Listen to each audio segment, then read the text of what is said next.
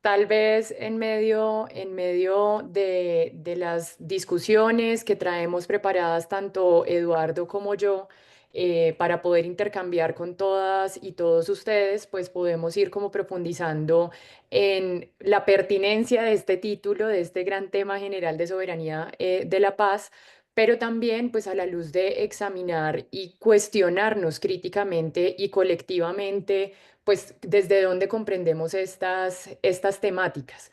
Creo que parte de la reflexión es un poco que tuvimos Eduardo y yo en el marco de la preparación de esta sesión, nos llevaba precisamente a decir que era necesario hacer casi que un alto en el camino, tal vez, para dejar de reproducir algunas veces unos discursos e incluso unas prácticas en salud que terminan quedándose cortas a la hora de la tarea que tenemos que enfrentar frente a la construcción de la paz de nuestros pueblos, de nuestros países, del mundo en general.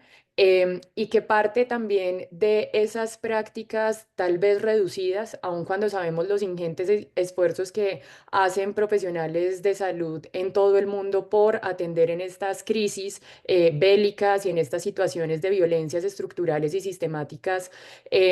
También es cierto que en estas prácticas reducidas lo que se denota es una comprensión también, que no es, digamos, la pertinente a la hora de hablar de las guerras y los conflictos. Es decir, cuando hablamos de las guerras, de los conflictos y de las violencias, también necesitamos una comprensión compleja de ellas. Necesitamos una comprensión histórica de ellas, una comprensión territorial de ellas. Y sobre esa base, precisamente entender cuál ha sido el rol de la salud en ese marco, porque usualmente se asume, y esto lo profundizaremos, como un rol pasivo del sector salud, de los profesionales y de las profesionales de la salud, de las personas y las poblaciones en el marco, pues, de los conflictos, que de alguna u otra manera reciben de manera unidireccional un daño. Y entonces, bajo esa visión, casi que el accionar en la construcción de paz termina muy reducido a reparar ese daño. Entonces, básicamente lo que hoy queremos es cuestionarnos un poco frente a eso, frente a cómo comprendemos el rol de la salud en los escenarios de guerras, de violencias y de conflictos armados, que además nuestra realidad latinoamericana ha estado atravesada y muy permeada por estas dinámicas de las conflictividades sociales, políticas y armadas. em, Algunas, digamos, con unas formas de manifestarse y expresarse muy distintas a las otras, pero en general la realidad latinoamericana ha estado permeada permanentemente y construida sobre la violencia y sobre las dinámicas de las conflictividades sociales y armadas.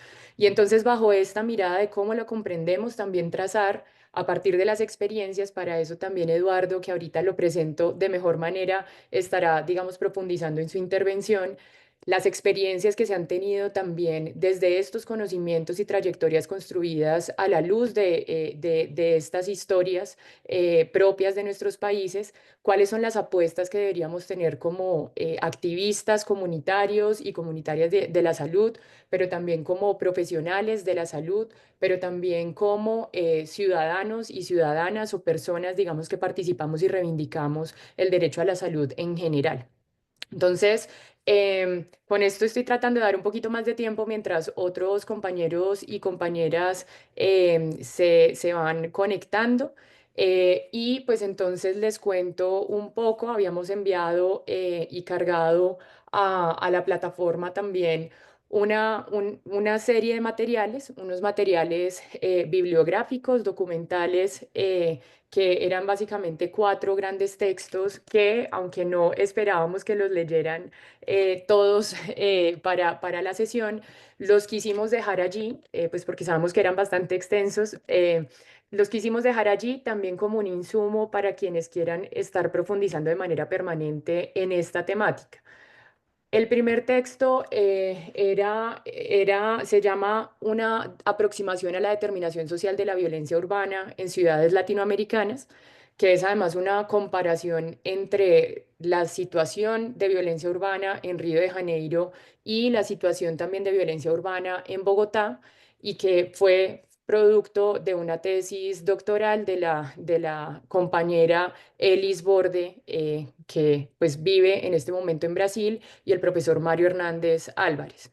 Un segundo documento que es producto de mi proceso de investigación doctoral, que estoy precisamente avanzando en él en este momento, que es el documento desde el cual queremos debatir un poco las maneras en las que se ha comprendido esta relación entre guerra y salud. Y hay disciplina ahí en el salón. Sí, que Eh, los que son tremendos.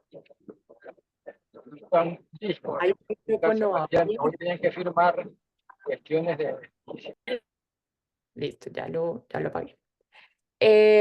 Y este documento pues se llama Las trayectorias en la comprensión de una relación entre guerra y salud, también lo tienen allí disponible. Está un documento que en particular el compañero Eduardo nos compartió. El compañero Eduardo nos compartió que es la experiencia también y las apuestas estratégicas que en términos de poder pensarnos la política de salud en el marco de procesos de construcción de paz en los países, en particular en El Salvador, pues se elaboró y que lo elaboró la compañera María Isabel Rodríguez y plantea pues precisamente construyendo la esperanza, estrategias y recomendaciones en salud del nuevo gobierno. También hay un documento que es la propuesta borrador que se ha venido construyendo desde la Organización Mundial de la Salud. Esto ha sido parte de las misiones de observación en las que participa también el Movimiento por la Salud de los Pueblos con otras organizaciones civiles en el marco de hacerle seguimiento a la Organización Mundial de la Salud, a sus políticas, a sus deliberaciones y demás, que es la Iniciativa Mundial de Salud y Paz. Esta hoja de ruta de alguna u otra forma permite también identificar cuáles son los elementos centrales que, por lo menos desde estos grandes centros de poder mundial, como es la Organización Mundial de la Salud, pero también todo el sistema, si se quiere, de Naciones Unidas, terminan también elaborando y pensando y en muchos casos imponiendo unas visiones en particular sobre este tema de qué significa construir paz, pero también entonces cómo se leen las conflictividades y las guerras en los distintos países. Entonces, digamos, ese documento de la Organización Mundial de la Salud es también para mirar, hay unos avances importantes, evidentemente, pero para mirarlo críticamente, como todos los documentos, en la intención de que podamos también elaborar alternativas desde nuestra América. Y finalmente, pues habíamos compartido una videocápsula elaborada, o pues más bien fue un recorte, un fragmento de uno de los webinars que también convoca el Movimiento por la Salud de los Pueblos, en el que se hablaba de toda la situación de guerra en el Medio Oriente, y sobre esa base, pues es el fragmento de la intervención del compañero Mustafa Barghouti, que es miembro del Consejo Legislativo Palestino, que además es un compañero también pues de larga data de las luchas por el derecho a la salud a nivel mundial, del movimiento por la salud de los pueblos. Y en esta intervención pues él también hacía mucho énfasis, espero que lo hayan podido ver, hacía mucho énfasis en todas las dinámicas de afectación, las prácticas también en el marco del genocidio contra el pueblo palestino que se han implementado por el Estado sionista de Israel. Entonces, un poco estos textos, pero también el video de Mustafa nos permiten ver la complejidad de este asunto al que nos referimos, no solamente cuando hablamos de paz, sino cuando hablamos de comprender qué es lo que implica las guerras, las violencias y las conflictividades sociales y armadas en los distintos contextos, escenarios y territorios en los que se producen y se reproducen. Entonces, tendremos, como ya les he dicho, el acompañamiento y una presentación del compañero Eduardo Espinosa. Eduardo, para quienes no lo conocen, pues fue integrante, militante y combatiente del Frente Farabundo Martí para la Liberación Nacional en el marco de la Guerra Civil del Salvador entre 1975 y 1992, que fue el marco de la Guerra Civil. Él era encargado de la organización de los servicios médicos al interior, digamos, del proceso, y no solamente para la guerrilla, sino para la población civil en los territorios que eran controlados por el frente.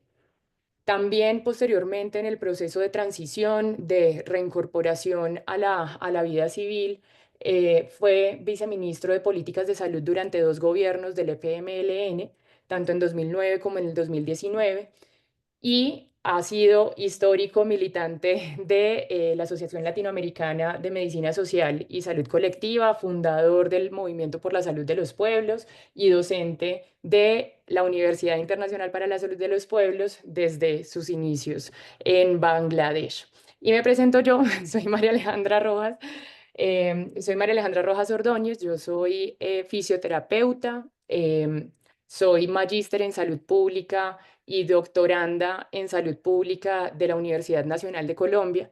Soy activista ya desde hace algunos años también por el derecho a la salud, por el derecho a la educación, en particular en el ámbito de la educación superior y por la construcción de la paz aquí en Colombia. Y pues hago parte del Movimiento por la Salud de los Pueblos aquí en Colombia y de la Asociación Latinoamericana de Medicina Social y Salud Colectiva. Em, bueno, de esta manera entonces, compañeros y compañeras, ya teniendo a varios y varias conectadas, pues vamos a dar paso a la sesión como tal. Empiezo yo y posteriormente tendremos la intervención del compañero Eduardo y ahí abriremos el espacio de intercambio para preguntas, para escucharles, intervenciones también y aportes que se puedan tener frente a este tema que les traemos. Hay un micrófono abierto, creo. No. Entonces voy a presentar, les voy a pedir que me confirmen si si ven mi pantalla, por favor. Anda un poco más lento, María Alejandra. Ok, está bien. Tienes razón. ¿Están viendo mi pantalla? Sí, Se mira bien. Listo. Bueno, entonces para continuar un poco con lo que les estaba mencionando, lo que yo quiero conversar con ustedes y traer pues ha sido un proceso de construcción de conocimientos, de análisis, de reflexión a la luz de la realidad también política colombiana. Sí, es una comprensión y unas elaboraciones situadas en el escenario colombiano que como algunos o algunas o tal vez todos y todas ustedes saben, ha sido una realidad construida y forjada precisamente en el escenario del conflicto social y armado colombiano que ya tiene, por lo menos en su etapa más reciente, al menos 70 años de duración y que a pesar de los procesos de paz, aún en medio de procesos de paz que se han desarrollado, que culminan en la entrega de armas por parte de las insurgencias, pues es una dinámica de conflictividad social que se crea y se recrea permanentemente. A este momento, por ejemplo, se habla por parte de algunas entidades como la Cruz Roja Internacional de la identificación de 8 conflictos armados vigentes en el país.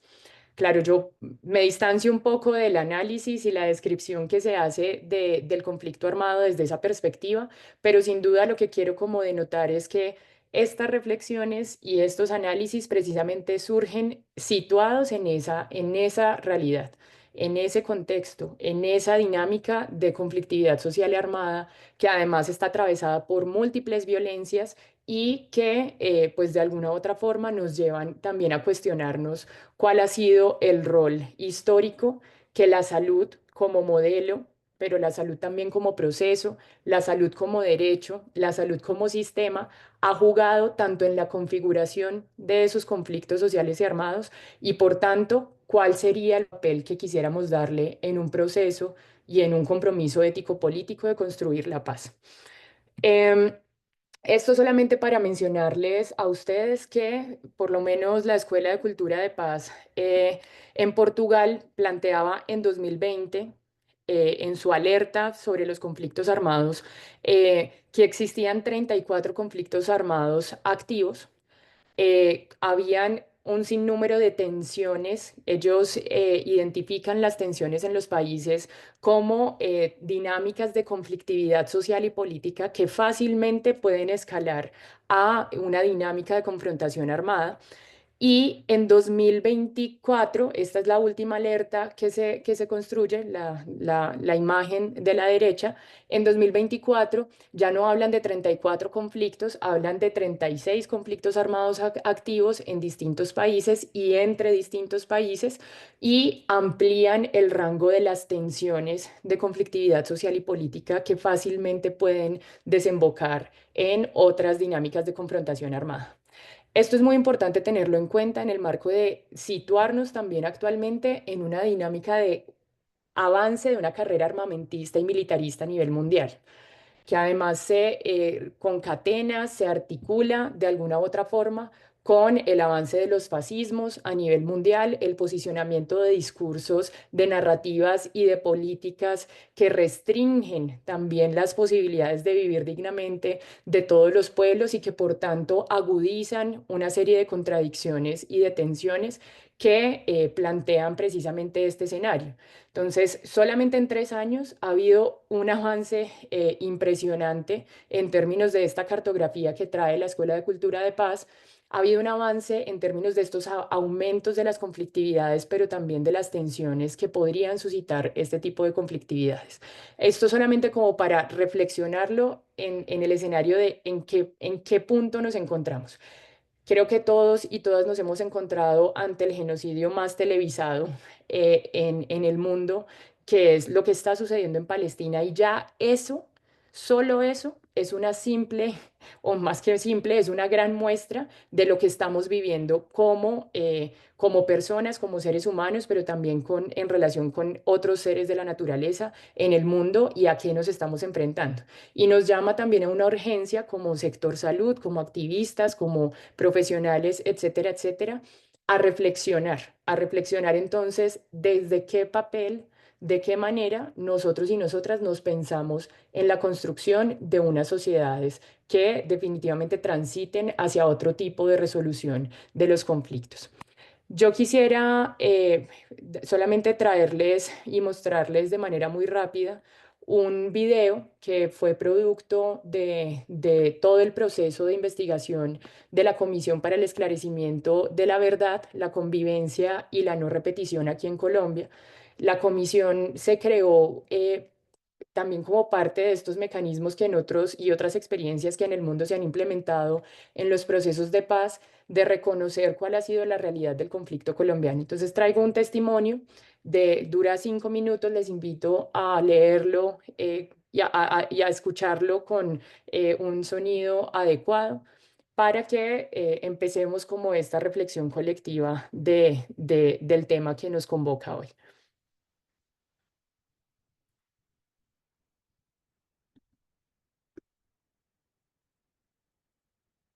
No es fácil. Aún me cuesta hablar y todavía siento que a mi papá lo mataron por mi culpa, por tratar de salvarme. Alicia me dice que es importante contar mi historia para no quedarme trancada en el recuerdo, para soltar un poco el dolor. Cuando estaba en el colegio, caminaba más o menos 1 hora para llegar. En el camino nos paraban unos hombres con camuflado y armas que nos molestaban y nos lanzaban pirotos. Mi papá me decía que era mejor quedarme callada cuando esa gente me hablara. Una vez fueron hasta mi casa y le dijeron a mis papás que tuvieran cuidado conmigo. Mi papá decidió llevarme al colegio una semana seguida, pero no podía acompañarme siempre. Y un día en el que no lo hizo, me pararon y me llevaron, pero no sabía dónde ni por qué. Lloré todo el camino hasta que llegamos a una finca abandonada. Me golpearon varios al tiempo, en la boca, en la espalda, en la cabeza. Yo tenía la boca ensangrentada y me dolía todo el cuerpo. Ellos se reían y me decían que me tenían ahí porque mis papás no habían creído en las amenazas. Me dijeron que los habían matado. Me quitaron toditas mi sueño. Abusaban de mí todos los días, repetidas veces. Yo solo tenía 15 años. Un día trajeron a mi papá donde me tenían. Yo creía que estaba muerto. Por eso me emocioné mucho cuando lo vi. Él me preguntaba si me habían hecho algo. Yo no sabía qué decirle. Ni siquiera era capaz de mirarlo a los ojos. díganme si le hicieron algo. Ellos solo se reían. Delante de él, abusaron de mi mamá. Él les rogaba que me dejaran quieta, que lo mataran, pero que me dejaran libre. Y ahí, al frente mío, le dieron 8 tiros.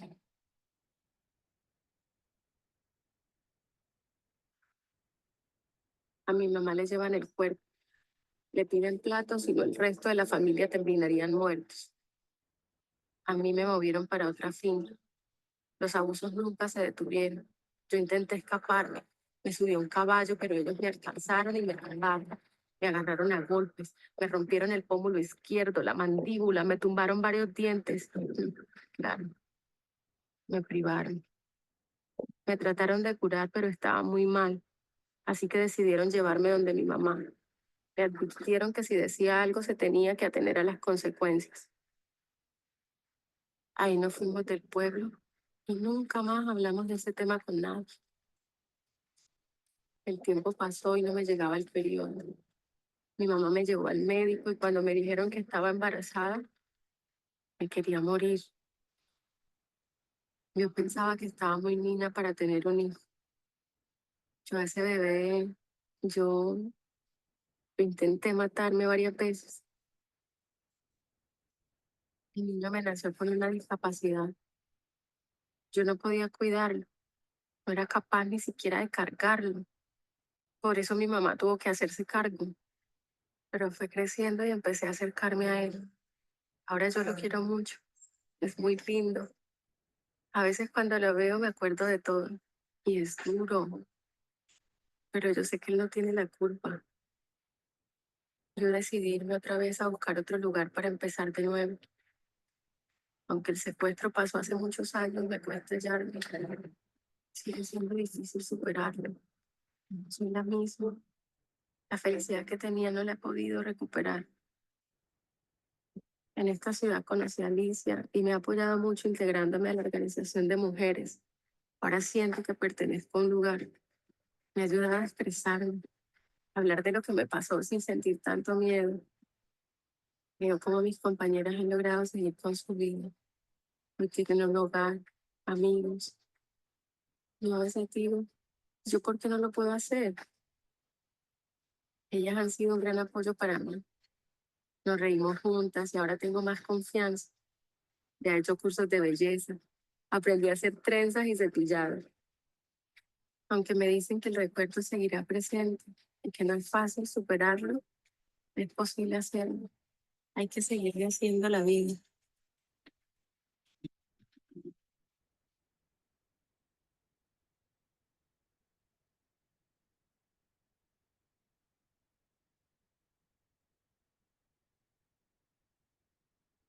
Bueno,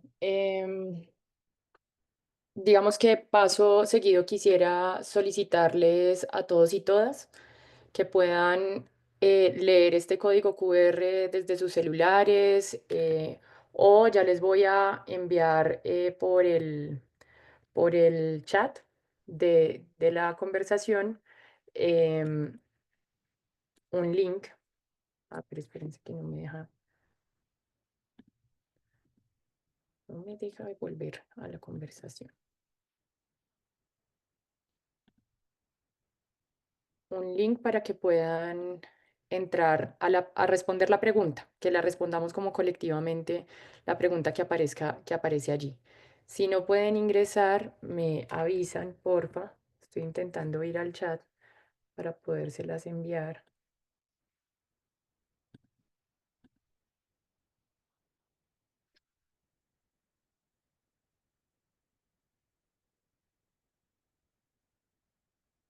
Ahí por el chat también, para quienes no pueden leer el código QR, o se les dificulta, pueden ahí por el chat envié el link al que pueden entrar. Si tienen dificultades me pueden avisar, o si quieren pues participar de otro modo e ir reescribiendo también por el chat mejor la respuesta, lo pueden hacer. La pregunta es, ¿cómo se relacionan las guerras y violencias con la salud?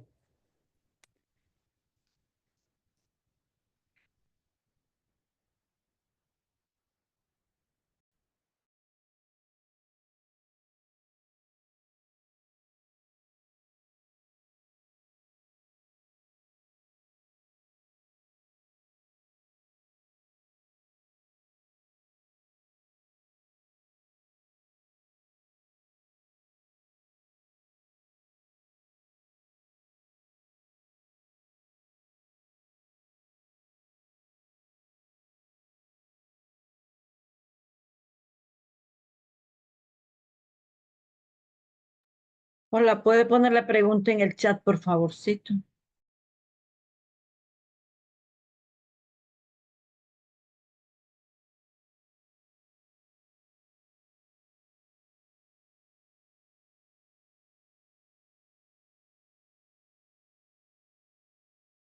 No se escucha, no se escucha.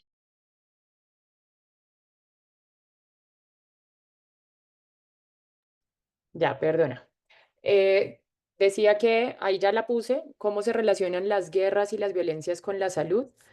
Y planteaba es que la respondamos desde lo que se nos viene a la cabeza, al cuerpo, digamos en primera instancia, desde los conocimientos que traemos, así no sean puramente, digamos, en este campo de trabajar con víctimas o trabajar, digamos, en estos contextos, lo que creamos y lo que se nos venga también como en primera instancia a la cabeza, lo podemos responder.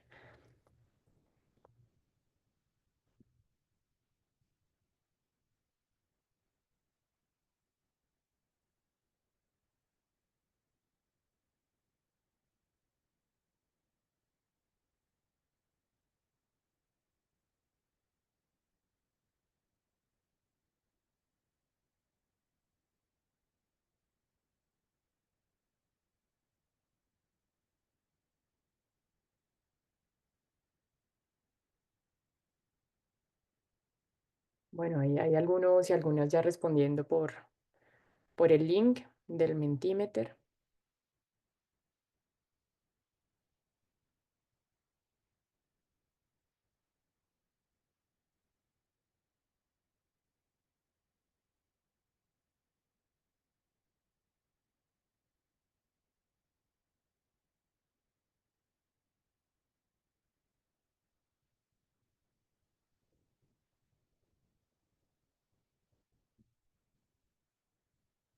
Voy a dar un minutito y vamos leyendo como algunas de las respuestas.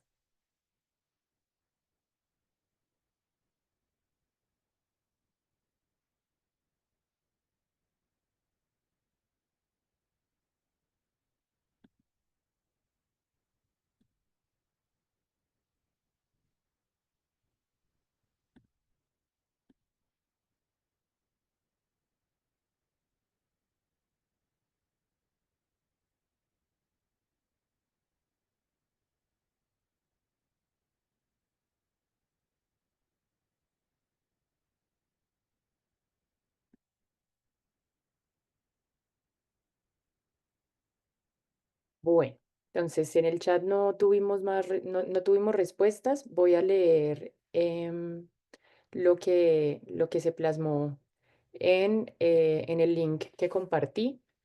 Igual si alguno o alguna quiere ir escribiendo, el link queda abierto y podrían seguir como nutriendo en el marco de lo que vayamos avanzando en la sesión. Em, Se responde, por un lado, que se relacionan las violencias, las guerras y la salud a partir de que se da más dinero a los dueños de la maquinaria y empresas o al complejo farmacéutico mundial. Se habla también de la guerra es sinónimo de destrucción de la vida y por tanto de negación de la salud. Las guerras suelen suponer el cese y la violación de los derechos humanos fundamentales como la salud. Los gobiernos suelen enfocar los recursos a los cuerpos armados y dejan a su suerte a la población. Las guerras y las violencias afectan directamente a la salud mental, emocional y física de las personas y comunidades. También afecta a la salud de los ecosistemas donde suceden las guerras, muy importante. Las guerras y las violencias atraviesan todo el ser, degradan tanto la salud mental, emocional y física, fuera de que se dificulta la atención, la prevención y la promoción de la salud por el mismo conflicto. La pregunta es,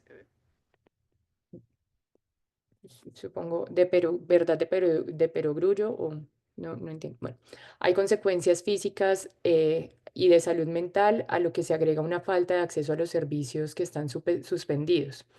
Pienso que son dos fenómenos totalmente contrapuestos. La guerra significa muerte, inhumanidad, y la salud significa sostén, acción por la vida, un vínculo de cuidado y atención al prójimo. están muy vinculadas para atender las crisis, los traumas, las heridas, buscando la reparación desde una perspectiva integral, ¿sí? Hola. Desde una perspectiva integral, reconociendo que las personas sufren síntomas emocionales y mentales. Bueno, agradecerles en primer lugar por su participación.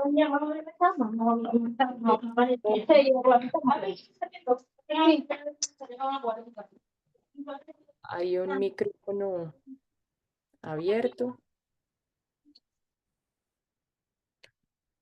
Creo que varios de los elementos que allí se mencionaban en parte en estas ideas que son muy complejas, que denotan una profundidad también en el análisis y en la comprensión de este tema, pero que pues evidentemente plasmarlos en un solo párrafo pues también tienen ciertas dificultades, pero allí se identifican muchos elementos que son muy valiosos en el marco de la reflexión que queremos plantear. Acabo de ver aquí en el chat que hay algunas respuestas. Se plantea como respuesta: las guerras generan angustia, desesperación, muerte, y pienso que nos afecta a la salud emocional, psicológica, ya que no nos permite tener paz, tranquilidad. En qué momento nos toca. Además, que hacer que los alimentos suban de precio, por lo mismo la calidad de los alimentos disminuye. Los hechos de guerra y las gravísimas consecuencias traen todo tipo de afectaciones porque se trata de permanentes acciones de agresión y daño que se pueden identificar como todo tipo de violencias, y específicamente las violencias físicas, emocionales o psicológicas. Con la militarización en las comunidades aumentan los embarazos en las niñas y en adolescentes. Tales violencias afectan la biosfera con daños también en la ecología. Nos afecta en varios aspectos: la salud mental, perder nuestros derechos, acceso a los servicios básicos, perder la vida. Los gobiernos priorizan los presupuestos para la guerra. Más a largo plazo, las secuelas en salud mental. Bueno, Isabel plantea que había contestado por el link, pero no salió, pero entonces lo plantea por aquí. La guerra tiene un impacto profundo y multifacético en la salud, causando sufrimiento inmediato y dejando secuelas duraderas en la salud física y mental y afectaciones al tejido social. Ya no existen códigos de guerra que respetaban al personal, la infraestructura que garantizaba la atención, las crisis, etc. La guerra y la violencia afectan directamente a las personas, familias y comunidades, más aún en lo emocional y en lo espiritual. Por igual, hay consecuencias físicas y pérdidas de vida. Eso genera traumas, estrés, preocupaciones serias en las familias y comunidades. Desde nuestro concepto integral de la salud y desde ella como derecho, estos fenómenos políticos sociales nos afectan drásticamente con secuelas irreversibles. Como sé que hay compañeros y compañeras de habla portuguesa, pues también les invito a poder, digamos, avanzar, si ustedes quieren plasmar sus respuestas, y allí las compañeras intérpretes pues también nos ayudarán con ello. Para continuar un poco, entonces, tratando de identificar como estas relaciones, estos planteamientos que se expresaron en estas intervenciones por escrito. em, Hemos identificado precisamente en todo este proyecto o en este proceso de investigación y de comprensión, insisto, situados desde la experiencia colombiana, pero también analizando las trayectorias en otros países, que cuando hablamos de cómo se ha comprendido la relación entre la guerra y la salud, hay tres grandes trayectorias. Una trayectoria militar e incluso militarista, que se basa en una perspectiva de instrumentalización de la salud y la enfermedad en las guerras. Es decir, en esta trayectoria militar, en los manuales de guerra, en los dispositivos de guerra que se implementan, incluso en toda la elaboración de las tecnologías de guerra, que está directamente relacionado con el complejo médico industrial, que está directamente relacionado con todo el ámbito de la biomedicina y de la medicina molecular, etcétera. O sea, hay una relación estrecha entre el avance en las tecnologías de la guerra y el avance de las tecnologías en salud. En parte, el salto tecnológico y científico que se identifica en el siglo XIX y en el siglo XX en materia de salud se adjudica en una parte importante a todas las dinámicas de las guerras mundiales. Y por tanto aquí lo que ha primado en esta trayectoria militar, en cómo comprende digamos, esta trayectoria militar, la relación entre la salud, enfermedad y las guerras, es una visión instrumentalista. Cómo un ejército con un objetivo político militar trata de generar, por un lado, daño, muerte, eh, enfermedad, debilidad en el ejército enemigo cuando se trata precisamente de guerras regulares o en el estado enemigo, pero también, ya te doy la palabra, Franz, em,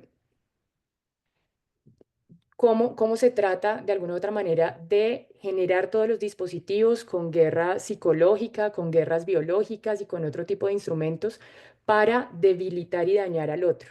Pero a su vez también ustedes pueden analizarlo de múltiples maneras. En esta trayectoria militar hay una visión de cómo yo mantengo en mi ejército la moral, el espíritu vivo de mis combatientes. Cómo mantengo la salud, cómo mantengo la nutrición y cómo de alguna u otra forma genero dispositivos que permitan mantener saludables a mis ejércitos. Hay una trayectoria en ese sentido como muy importante que se ha planteado en términos de comprender de manera instrumentalista la salud y la enfermedad en el marco de la táctica militar para ganar también las guerras y las distintas batallas. Franz, tú estabas pidiendo la palabra. Si quieres, adelante y vamos viendo. Allí tengo acceso a sonido. ¿Me están oyendo? Sí, se Te oye. escuchamos. Gracias, muy amables. Un saludo, un gran abrazo. Eh, Me hace mucha falta poder manifestar esa inquietud que me provoca a mí el hecho de que las guerras tan continuas alrededor del mundo y particularmente en Colombia, siempre, y hablando de instrumentalización, como dice nuestra conferencista, se instrumentaliza a estos hombres que van a la guerra para no solo para arrasar y crear miseria con todas las violencias, sino también acabando con eh, la dignidad, arrasando la dignidad de las mujeres, porque el botín de guerra normalmente es el cuerpo de las mujeres, el cuerpo de los seres más que ellos consideran más débiles, como son los jóvenes, los niños, de cualquier edad, de cualquier género. Entonces, importantísimo también tenerlo en cuenta como una gran afectación que de hecho daña la salud de las personas y crea únicamente miseria. Gracias. Muy importante, Franz. Muchas gracias a ti.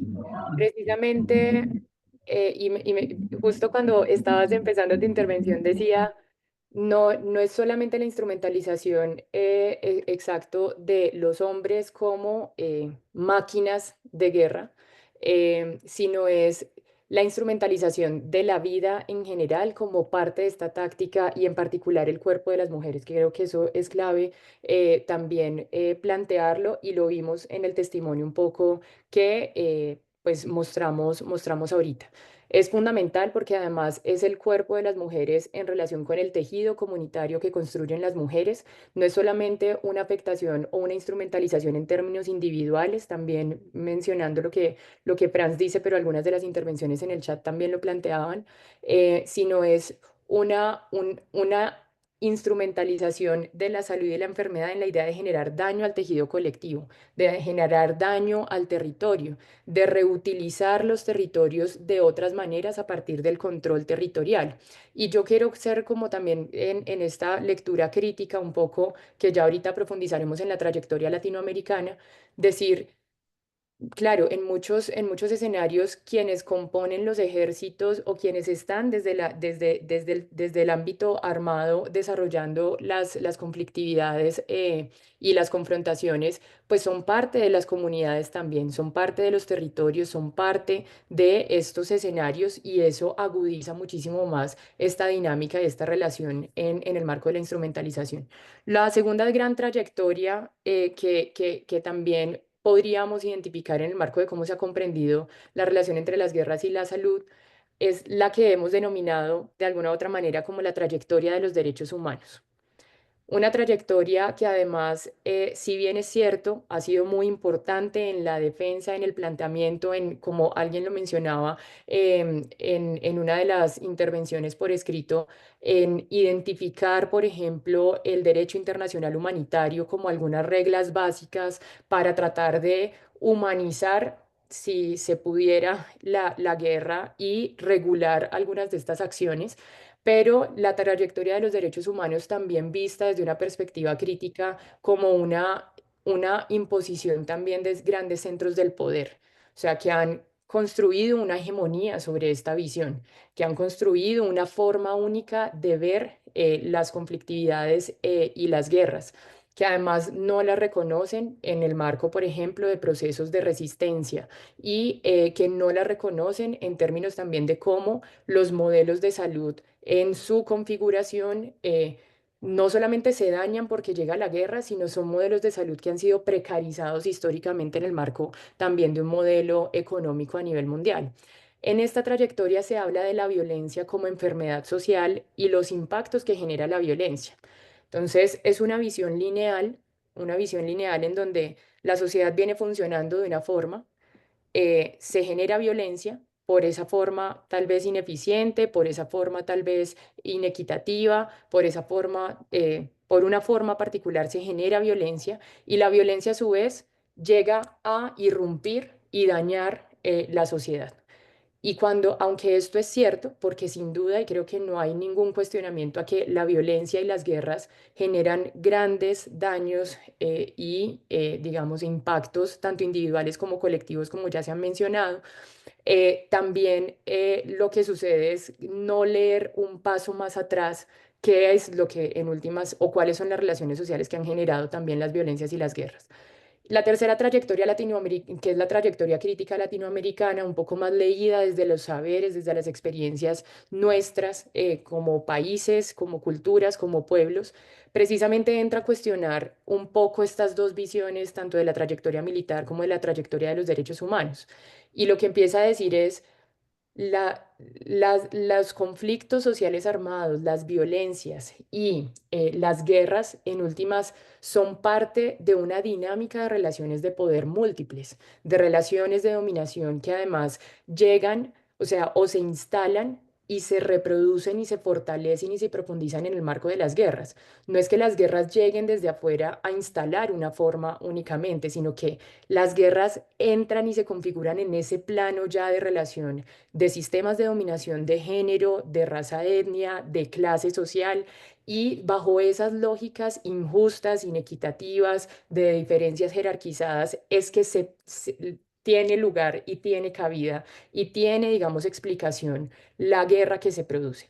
Y por tanto, entonces, plantea, digamos, la trayectoria crítica latinoamericana cuando nosotros y nosotras reconocemos eso como procesos históricos, como que la guerra y la violencia no aparece de la nada, sino que tiene un proceso de configuración, pues el accionar también sobre cómo entra, digamos, el sector salud, pero también la salud de enfermedad, incluso como un proceso histórico mismo, cómo entran entonces a actuarse frente a esto. ¿Qué es lo que plantea de alguna otra forma? Y creo que ya todos y todas en las sesiones anteriores lo han abordado y con la trayectoria pues que muchos de ustedes tienen en las luchas por la salud, pues de alguna u otra forma es decir, la salud y la enfermedad no es que de repente se vea afectada, sino que entra en una dinámica de, por ejemplo, tenemos modelos de salud que desde la implantación de lógicas mercantilistas y neoliberales se han debilitado desde el principio. Creo que Eduardo en su intervención podrá, que ya le voy a dar la palabra, podrá también profundizar un poco de esos aprendizajes en el marco de la guerra, de por qué desde las guerrillas, por ejemplo, en América Latina muchas veces ha tenido que organizarse los servicios de salud para la población civil. Y no era porque hubiera llegado la guerra a dañarlos, era porque ni siquiera existían, porque antes en comunidades rurales y aisladas no estaban, en todo caso, el Estado no había desarrollado las capacidades para eso. No era parte de su lógica y su visión de modelo de salud poder llegar a estos lugares. Entonces, instalar un poco lo que dice la trayectoria crítica latinoamericana, una visión en que antes funcionaba bien el modelo de salud, antes funcionaba bien, digamos, los servicios de salud, que la guerra llega y los daña y es ahí, a partir de ahí donde toca entonces empezar a reparar, es un error. Porque de alguna u otra forma lo que se quiere decir es todas esas relaciones de dominación, de poder, de inequidad, de injusticia social que se han configurado, de la cual los modelos de salud hacen parte, los modelos de salud mercantilizados, privatizados, hacen parte, es lo que ha configurado las guerras y las lógicas de violencia en los distintos escenarios y contextos históricos. Ya, digamos, como para avanzar mucho más rápido, solamente como unos elementos rápidos de concreción. Entonces, en la trayectoria militar, como ya venía mencionando, se tienen como tres elementos principales. La salud en los ejércitos propios, mantener la salud en los ejércitos propios, pero bajo una profundización de este discurso entre qué es lo sano y qué es lo patológico, qué es lo normal y qué es lo anormal, que además incluso reproduce lógicas capacitistas en el marco pues también de esta instrumentalización. Pensarse como estrategia y táctica de guerra la enfermedad y la muerte del enemigo, pero no del enemigo solamente de quien combate, sino en el marco de las guerras irregulares como las que tenemos en todos en este momento histórico a nivel mundial. En las guerras irregulares no hay ejércitos tan definidos y por tanto entran a involucrarse las familias, las comunidades de múltiples maneras a partir de guerras biológicas y de guerras psicológicas, que además ha sido parte también de toda la trayectoria, pues digamos, latinoamericana, pues esta visión de la apuesta psicosocial. Y la salud para el control territorial y poblacional a partir de campañas cívico-militares. Esto en particular en los ejércitos oficiales se ve mucho y se vio mucho aquí en Colombia. El control, por ejemplo, de los medicamentos contra la leishmaniasis y la malaria en Colombia es uno de sus principales ejemplos. Entonces, quien controlaba el medicamento para la malaria y la leishmania en Colombia era el Ejército Nacional, porque se suponía que quienes en últimas terminaban estando en los lugares específicos donde el mosquito que transmite la leishmania y la malaria podía picar, pues eran las insurgencias. Entonces, controlar el medicamento y no permitir el acceso al medicamento terminaba en una lógica de estigmatización. Quien llegaba con malaria y con leishmania a ser atendido en un centro de salud era ya un objetivo militar, era ya estigmatizado por ello. Y así sucesivamente con otras condiciones y dinámicas. La trayectoria de los derechos humanos, de alguna u otra forma, yo quiero insistir en esto, plantea, digamos, como en este giro también que se dio a nivel mundial en la corriente de la salud desde una visión multicausal a la de los determinantes sociales de las inequidades en salud, plantea entonces, pues digamos, como una visión y una propuesta que es el modelo ecológico para la comprensión de la violencia, donde se dice múltiples factores aumentan el riesgo del individuo a ser víctima o perpetrador de actos violentos. Es una mirada también individualizante sobre esto. Entonces, se supone que quien combate en cualquier tipo de ejército es porque ya tiene una condición, en muchos casos, y hay estudios multifactoriales para esto, ya tiene una condición psicológica extraña, anormal por lo menos. Una precondición psicológica, incluso genética, que de alguna u otra forma lo lleva a que ese sea el tipo de relación que teja, en términos biológicos, psicológicos y demás.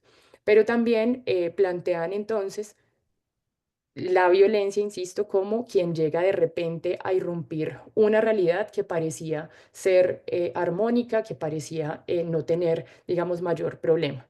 Pero además, un poco la crítica frente a esto, y como lo decía, alguien lo cuestionaba, es la lógica de los derechos humanos, de la misión, del respeto de la misión médica y del derecho internacional humanitario es muy importante y ha sido un ámbito reivindicativo muy importante para quienes nos paramos desde la construcción de paz para poder establecer unos marcos mínimos del respeto de de las humanidades, ¿sí?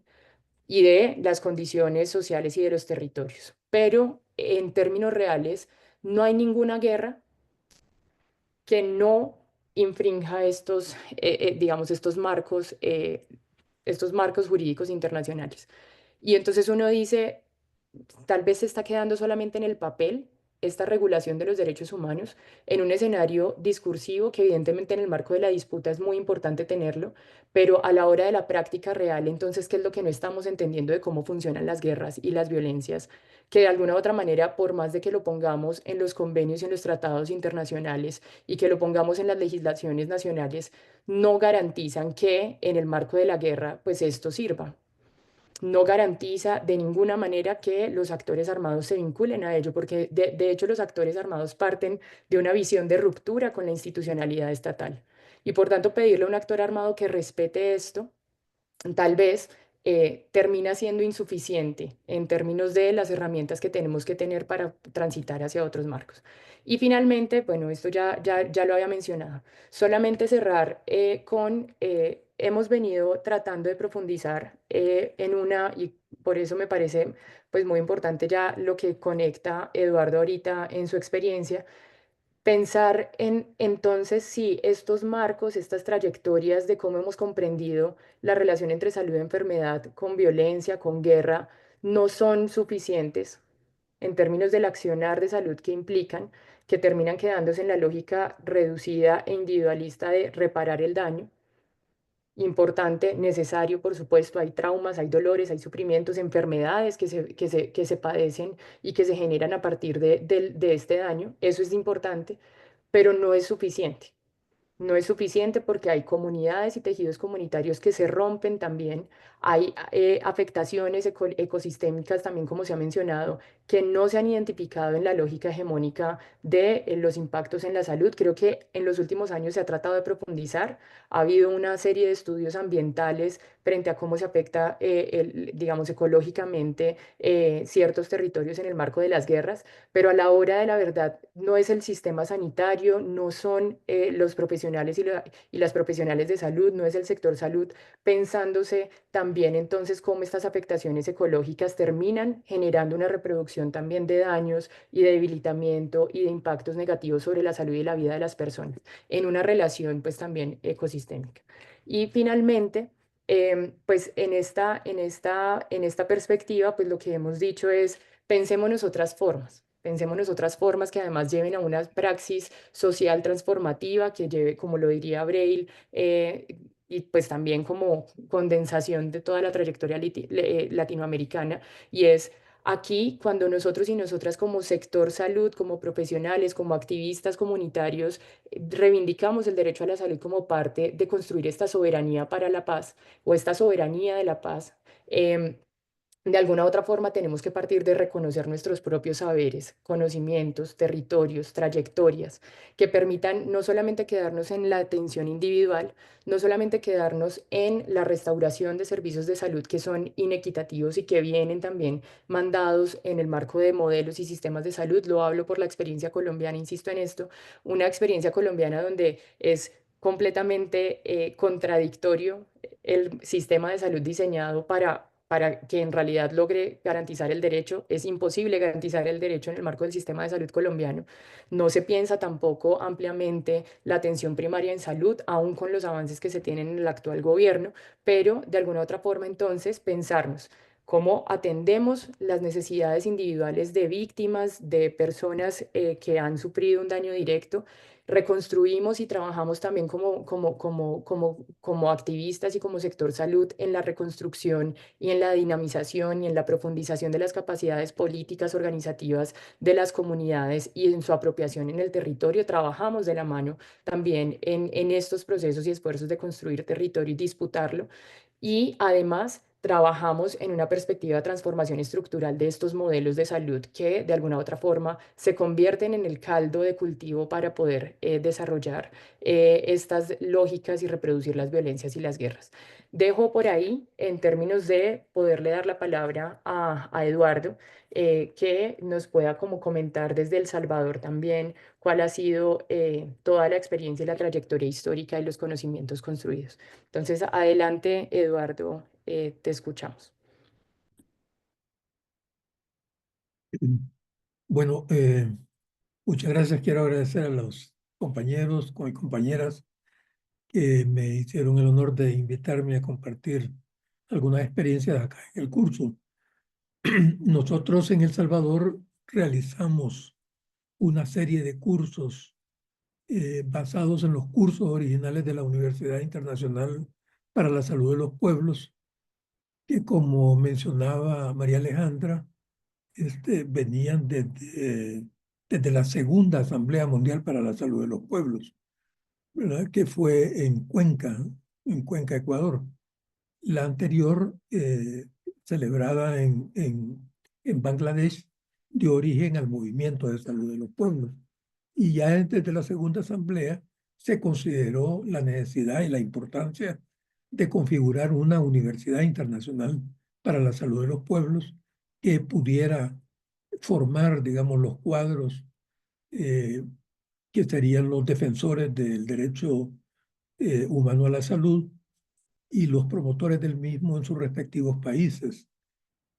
Cuando se da la toma del poder en 2009, más bien cuando se ganan las elecciones en El Salvador por el Frente Farabundo Martí para la Liberación Nacional, eso propicia la reunión en El Salvador con David Sanders, David Lesch, que tenía a cargo David Lesch en aquella ocasión la Universidad Internacional para la Salud de los Pueblos, y con todos ellos concertamos y veíamos cómo se podía implementar esta formación, pero como más concentrada por la naturaleza de lo que sucedía en El Salvador, ¿verdad?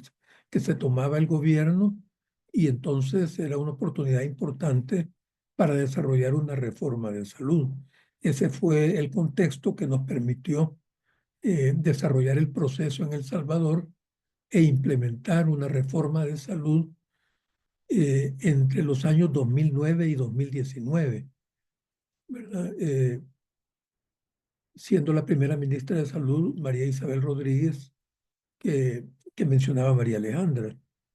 Yo fui su viceministro de Políticas de Salud y conjuntamente desarrollamos con el concurso participativo de todas las instancias políticas y sociales del país un amplio debate que posibilitó ese documento que María Alejandra les ha compartido, que se llama la Política Nacional de Salud, Construyendo la Esperanza. Eso se llamó así porque durante la campaña política, la campaña se llamaba Nace la Esperanza, viene el cambio. Por eso nuestra política de salud se llamó Construyendo la Esperanza, ¿verdad? Y está ahí muy bien detallado el proceso que surgió, que se fue modificando obviamente y al final tenía mucho de la concepción inicial, pero también cosas que se fueron sumando a lo largo del proceso de reforma, en torno a las amenazas que se enfrentaron, los logros que se tuvieron, etcétera, etcétera. Dicho sea de paso y en una síntesis así muy apretada, podría decir yo con toda propiedad que la reforma de salud en El Salvador fue una de las más integrales y profundas y con mayores logros en Latinoamérica desde la reforma de salud cubana. Desde entonces no se tenía una reforma con tanta profundidad y tantos logros como la que se tuvo en El Salvador. Desafortunadamente, todos los logros que se tuvieron han sido desmantelados por el dictador actual, Nayib Bukele, ¿verdad? Que ha desmantelado total y absolutamente tan pronto llegó al poder, a pesar que durante su campaña política él prometió dar continuidad al proceso de reforma de salud.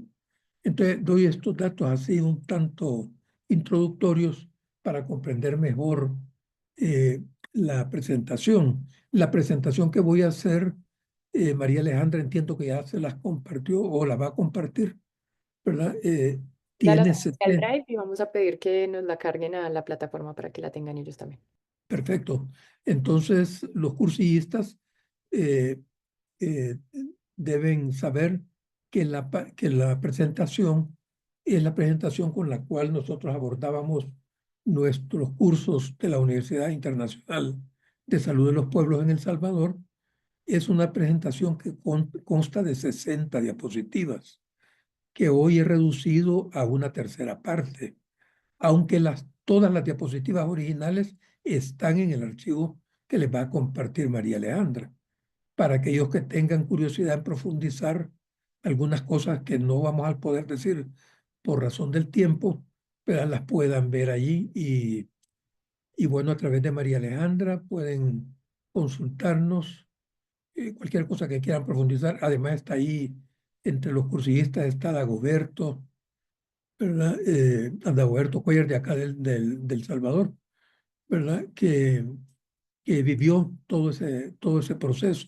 Y también Enrique Picado de Nicaragua, que nos ha acompañado en muchas cuestiones que se dieron durante nuestro proceso de reforma y que también vivió la reforma de salud que se dio durante los periodos iniciales del gobierno sandinista, donde se recibió allí un premio internacional a nivel mundial por construir uno de los mejores sistemas de salud basados en la atención primaria de salud, que hoy pues está desdibujado, ¿verdad? Con la dictadura actual, pero es importante comprenderlo, ¿verdad? Y como, digamos, por la naturaleza histórica que tiene. Entonces, sin más y con algunas cuestiones ahí que pudieran darse en el transcurso, no sé si será posible, pero pueden interrumpir para hacer preguntas si algo no está muy claro o con el debate que se va a dar con posterior a la exposición. Pueden también preguntar. Es muy importante también algunas cosas contextualizarlo como pidió María Alejandra, la reforma de salud y su relación con el proceso de guerra que vivió El Salvador, porque nuestra guerra se inició oficialmente, digamos, se dice que en 1981, luego del asesinato de Monseñor Romero, que fue realmente un punto detonante para la incorporación masiva de la población a la lucha popular. Pero la guerra venía desde 1970. Las organizaciones político-militares, es decir, los movimientos guerrilleros, nacieron en 1970, luego de 50 años de dictadura militar y en reacción a esa dictadura, la cual fue desmontada, ¿verdad? Y tampoco la toma del poder no fue total, sino que hubo una negociación y unos acuerdos de paz que se firmaron en el Castillo de Chapultepec en México en 1992. Todavía tuvimos 17 años de gobiernos neoliberales antes de que el Frente tomara posesión en el 2009 del gobierno. Y fue hasta entonces que se empezó a construir una reforma de salud donde retomamos todas las enseñanzas que habíamos asimilado a lo largo de la guerra popular, cuando nos tocó, como señalaba María Alejandra, ser los constructores no solo de los servicios médicos de la guerrilla, sino que la atención en salud, ¿verdad?, a las poblaciones que estaban en nuestras zonas controladas, que dejaron de ser una población objetivo del Ministerio de Salud. El Ministerio de Salud, el Ministerio de Educación y todas las instancias oficiales se retiraron completamente de las zonas conflictivas y la población civil pasó a ser un objetivo militar, igual que las fuerzas militares de la guerrilla. Entonces nosotros nos tocaba, digamos, brindar atención a esta población que era nuestro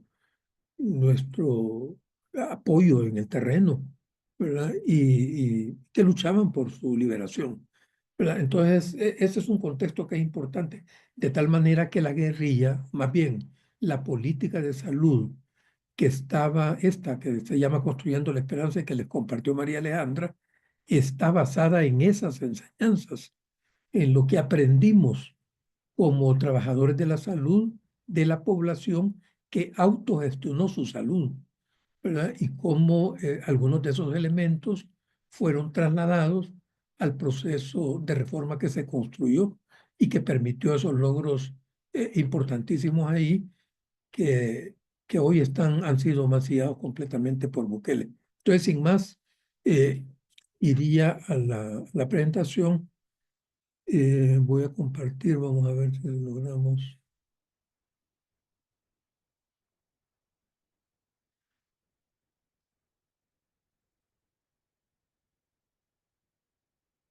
Está ahí, ¿verdad? Sí, Eduardo, ahí se está viendo.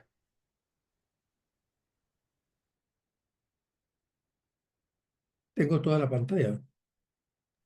Sí, señor. Perfecto. Bueno, entonces, desde el primer instante en que se tomó posesión del gobierno en el año 2009, el 1 de junio del 2009, la política nacional de salud del nuevo gobierno fue la reforma de salud. La reforma, y ese documento que les ha compartido Alejandra, era nuestra política nacional de salud, ¿verdad? Y planteaba el ejercicio pleno por parte de la población de su derecho fundamental a la salud. Esto es una cuestión muy importante que es necesario interiorizar a lo más íntimo de nuestro ser, ¿verdad? La salud es un derecho humano fundamental. De hecho, de todos los derechos fundamentales, es el más cercano al más fundamental de los derechos, que es el derecho a la vida. Desafortunadamente, aunque es un derecho inherente a la persona humana, los gobiernos no lo confieren ni es, digamos, un ejercicio pleno del derecho a la salud. Es un derecho que hay que reclamar para poderlo ejercer. Y eso es importante tomarlo en cuenta, sobre todo por los líderes comunitarios, porque los titulares del derecho a la salud no son los profesionales de la salud o los trabajadores de la salud, ¿verdad? Los titulares del derecho a la salud o el titular del derecho a la salud es la población. El Ministerio de Salud, los profesionales de salud, los políticos que asumen el diseño y la ejecución de las políticas de salud son los garantes de ese derecho, pero los titulares son la población. Por eso es que una de las cuestiones fundamentales en nuestro proceso de reforma fue abrir el proceso a la población a través del Foro Nacional de Salud, donde Dagoberto, el compañero cursillista que está acá, era uno de estos personajes, ¿verdad? Al igual que lo fueron humildes pobladores a todo lo largo y ancho del territorio. Todos nuestros establecimientos de salud contaban con un comité de salud que estaba compuesto paritariamente por pobladores en salud, sus líderes comunitarios, y por trabajadores de salud, ¿verdad? En igualdad de número. Y había, por ejemplo, en las unidades de salud, un buzón de sugerencias. El Foro Nacional de Salud capacitaba a la población y a sus militantes en cómo llenar las demandas en un instrumento que enseñaban a la población cómo llenarlo cuando la población sentía que su derecho a la salud no estaba siendo respetado o que no lo podían ejercer con toda propiedad. Una vez al mes el comité se reunía, abría el buzón, las llaves del buzón estaban en manos del Foro Nacional de Salud y no del director de la unidad de salud o director del hospital que tuviera a cargo de esa población.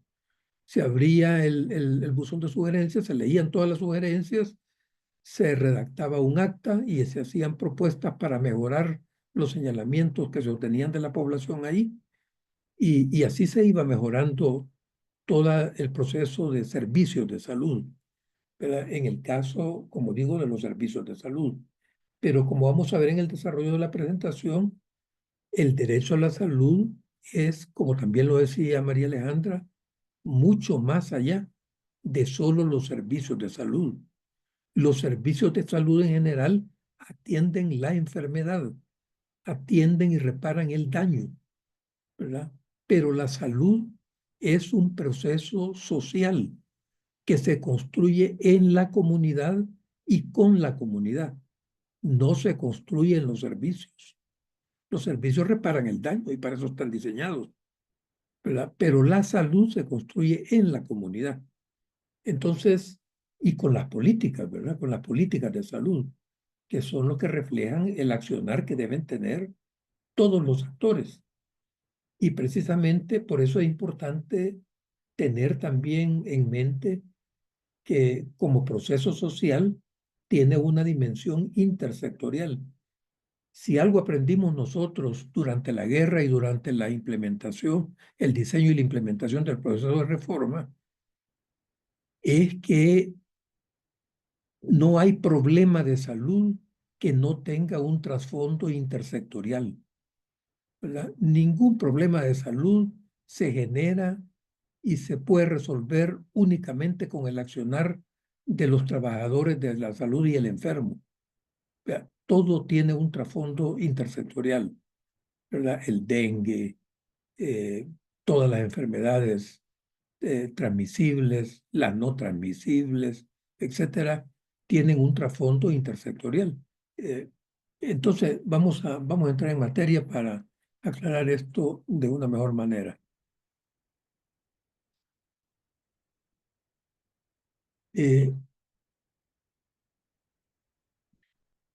Voy a quitarme de aquí para no... en general, una política pública, como se menciona ahí, es todo lo que los gobiernos deciden hacer o no hacer en salud, tan amplio como eso. Hay algunas axiomas en relación con las políticas de salud.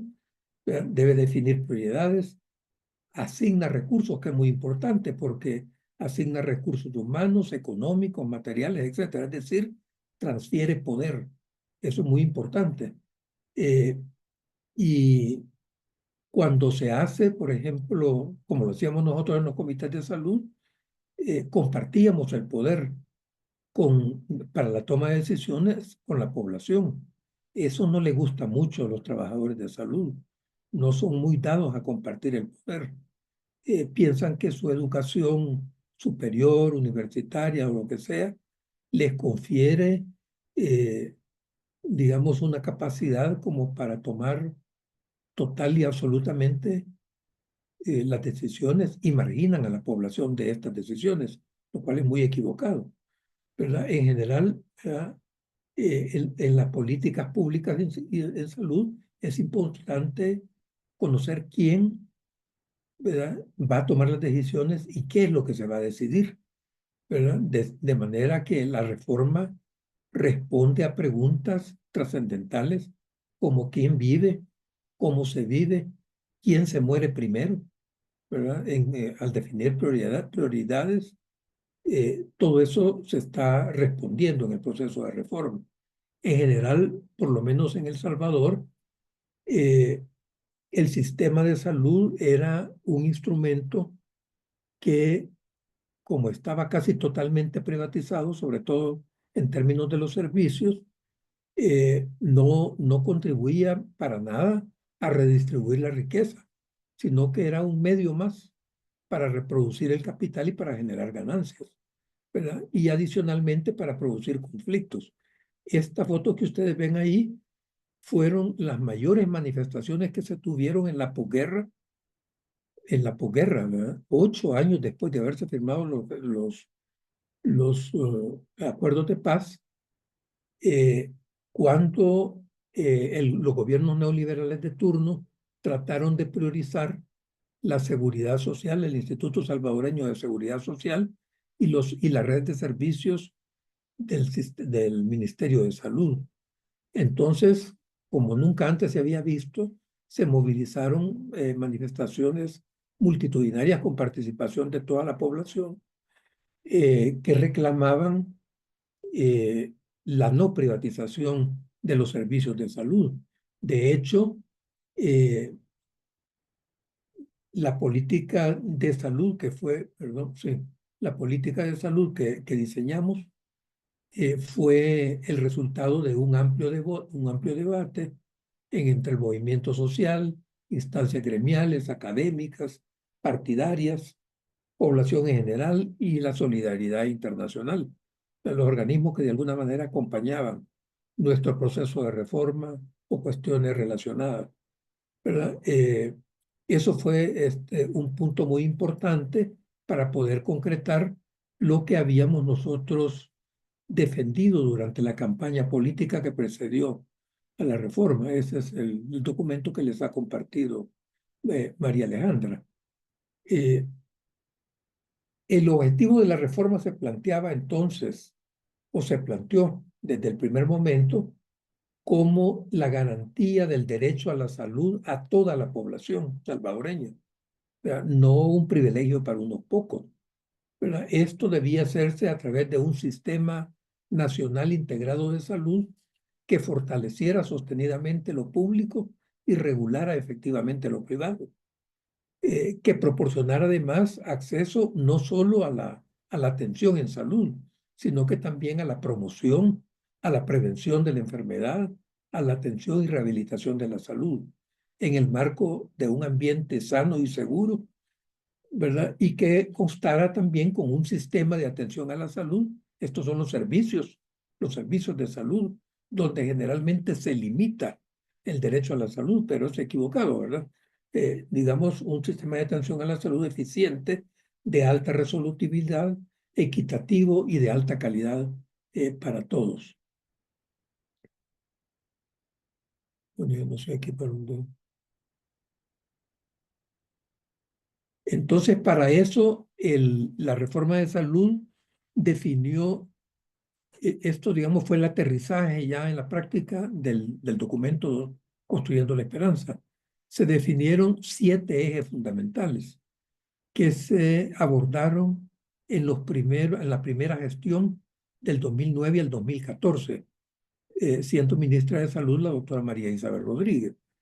El desarrollo de las redes integrales de salud, el Sistema Nacional de Emergencias Médicas, medicamentos y vacunas, el trabajo intersectorial, el que ya hacía referencia hace poquito, el Instituto Nacional de Salud como una instancia para investigar sobre los datos que habitualmente no se cuentan porque digamos, profesionales de la salud no reciben esa instrucción en la universidad. En general, las universidades reproducen el sistema de salud tradicional, que es medicalizado y orientado solamente a los servicios. Entonces, nuestro Instituto Nacional de la Salud era un instituto diseñado para hacer la investigación, que no es la investigación clínica tradicional, sino sobre las condiciones de vida de la población, ¿verdad?, que generan sus problemas de salud. El Foro Nacional de Salud, que Dagoberto les puede ampliar ahí temas sobre esto, el Foro Nacional de Salud fue generado como la instancia, como una organización comunitaria de salud que debía tener a cargo la participación social de la población en todo lo que se refería al proceso de reforma. Nosotros abrimos desde, digamos, las sesiones de gabinete del Ministerio de Salud, teníamos representación del Foro Nacional de Salud. Ahí llegaba Margarita Posada, ¿verdad?, que ya falleció, una líder comunitaria invaluable y hoy que nos hace mucha falta. que tuvo a cargo la organización del Foro Nacional de Salud, ¿verdad? Una lideresa muy querida por la población. También digamos, con Margarita Posada discutimos y construimos todas las instancias de participación social para que la población pudiera ejercer su derecho a la salud en todas ellas. El foro participó en el diseño de absolutamente todas las políticas de salud, la política de lactancia materna, la política de anticoncepción, la política contra todos los problemas de salud que se diseñaron, la ley de medicamentos, etcétera. Cada una de esas políticas, por su naturaleza popular y de enfrentar los problemas de salud de la población, cada una de ellas nos generó un enemigo estratégico. Por ejemplo, la política de lactancia materna nos echó encima a Nestlé, la Carnation y todas las empresas transnacionales de sucedáneos de la salud. La política de medicamentos nos echó encima a todas las transnacionales farmacéuticas. La política de regulación de los alimentos y bebidas a toda la oligarquía que tenía relación con eso, y así con todas las políticas que fuimos diseñando. Bueno, otro eje estratégico fue el desarrollo de los recursos humanos, pues todos los recursos estaban concentrados en las 3 grandes ciudades del país y todo lo demás estaba completamente abandonado.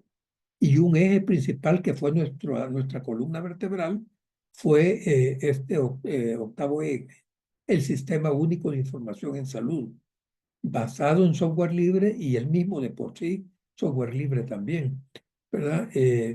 Eso nos proporcionó y nos facilitó una investigación epidemiológica a nivel comunitario, ¿verdad? Y el seguimiento diario a todos los problemas de salud.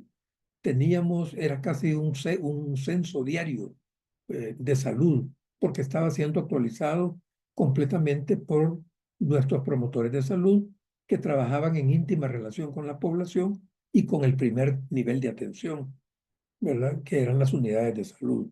En la segunda gestión del 2014 al 19, a estos 8 ejes se agregaron otros 2 ejes, el eje de violencia y salud y el eje de salud ambiental. Bueno, en términos generales, hay una cuestión que es muy importante. Detrás de absolutamente todos los problemas de salud hay una contradicción fundamental, ¿verdad? Es una concepción ideológica sobre si la salud es una mercancía, es decir, un instrumento para generar ganancias y capital y reproducir el capital, o si es un derecho, ¿verdad? Si es un derecho o bien público.